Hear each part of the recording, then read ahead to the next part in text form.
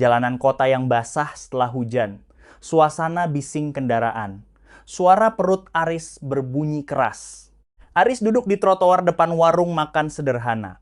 Matanya menatap nanar ke arah etalase kaca warung yang memajang ayam goreng, tempe, dan nasi hangat yang meruap asapnya. Aris merogoh saku celananya. Ia mengeluarkan satu-satunya lembar uang yang tersisa, Rp10.000 yang sudah sangat lusuh. Aris berbisik pelan pada dirinya sendiri, menahan sakit di perut. 2 hari, Riz. Cuma ini satu-satunya kesempatan kamu makan hari ini. Aris berdiri perlahan, memegang perutnya yang melilit, lalu melangkah ragu memasuki warung. Warung makan sederhana.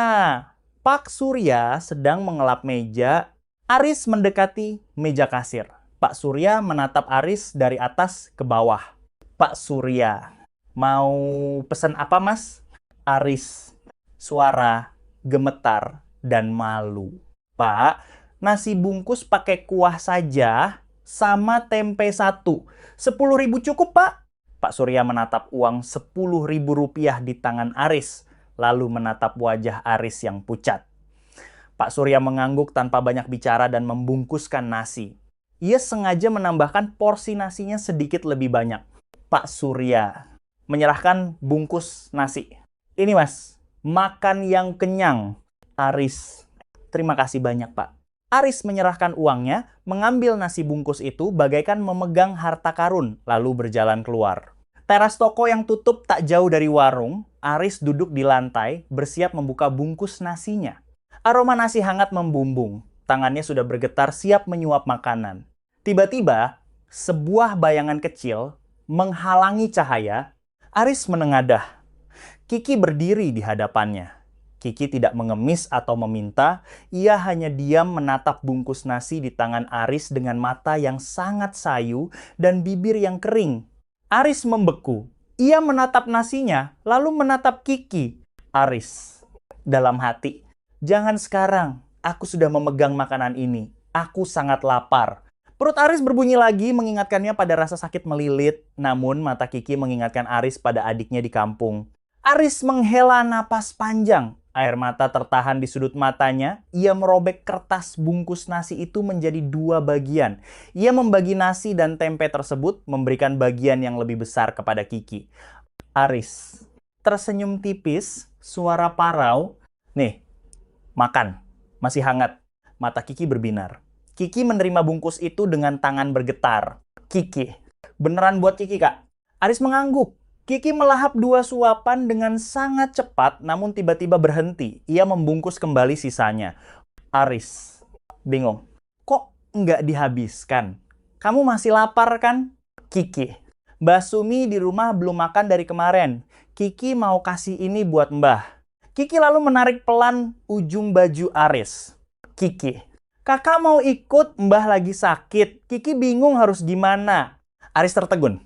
Tanpa ragu, Aris menghabiskan bagian nasinya yang sedikit dalam 1 suapan, lalu berdiri mengikuti Kiki. Kamera memperlihatkan Pak Surya memperhatikan mereka berdua dari kejauhan di depan warungnya. Sudut remang di bawah jembatan. Embok Sumi terbaring di atas kasur tipis yang kotor. Kiki berlari mendekati Mbok Sumi. Kiki, Mbah, Kiki bawa nasi hangat. Ada kakak ini yang kasih. Mbok Sumi membuka matanya yang sayu, berusaha duduk dengan lemah. Kiki menyuapkan sisa nasi tadi ke mulut neneknya. Mbok Sumi menatap Aris dengan mata berkaca-kaca. Mbok Sumi, batuk pelan. Terima kasih, Nak. Semoga Gusti Allah yang balas kebaikan kamu. Aris berlutut di samping Mbok Sumi, memegang tangannya yang dingin, lalu memberikan botol air minum miliknya. Aris, sama-sama, Mbah. Minum dulu pelan-pelan. Tiba-tiba dari arah belakang terdengar suara langkah kaki membentur kerikil. Aris dan Kiki menoleh. Pak Surya berdiri di sana, memegang 2 kantong plastik besar, berisi beberapa bungkus nasi hangat dan botol-botol minuman. Aris terkejut dan langsung berdiri. Aris, Pak Surya? Pak Surya tersenyum hangat. Saya ikuti kalian dari tadi. Saya penasaran kenapa orang yang kelihatannya paling kelaparan justru membagikan makanannya ke anak kecil. Pak Surya menyerahkan kantong plastik berisi makanan itu kepada Kiki dan Mbok Sumi. Pak Surya, Melanjutkan menatap Aris. Mas, warung saya sedang butuh orang buat bantu-bantu cuci piring dan antar makanan. Mas mau kerja di tempat saya, gajinya harian, dapat makan 2 kali sehari. Aris membeku. Matanya berkaca-kaca, tak mampu menahan air mata yang akhirnya menetes. Aris, beneran Pak? Saya mau banget Pak. Terima kasih banyak. Pak Surya menepuk pundak Aris dengan lembut. Pak Surya, kebaikan itu muter, Mas. Kamu tadi menolong orang saat kamu sendiri sedang butuh pertolongan.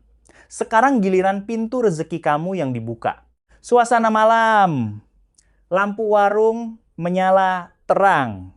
Aris tampak mengenakan apron bersih, tersenyum cerah sambil mengelap meja warung. Dari kejauhan, Kiki melambaikan tangan sambil membawa makanan untuk neneknya. Aris membalas lambaian tangan Kiki dengan senyuman penuh harapan. Narator VO voice over. Pertolongan terkadang tidak datang dari mereka yang berkelebihan, melainkan dari mereka yang mengerti rasanya tak memiliki apa-apa. Sebab ketika kamu memberi di tengah kekuranganmu, kamu sedang mengundang keajaiban datang ke hidupmu.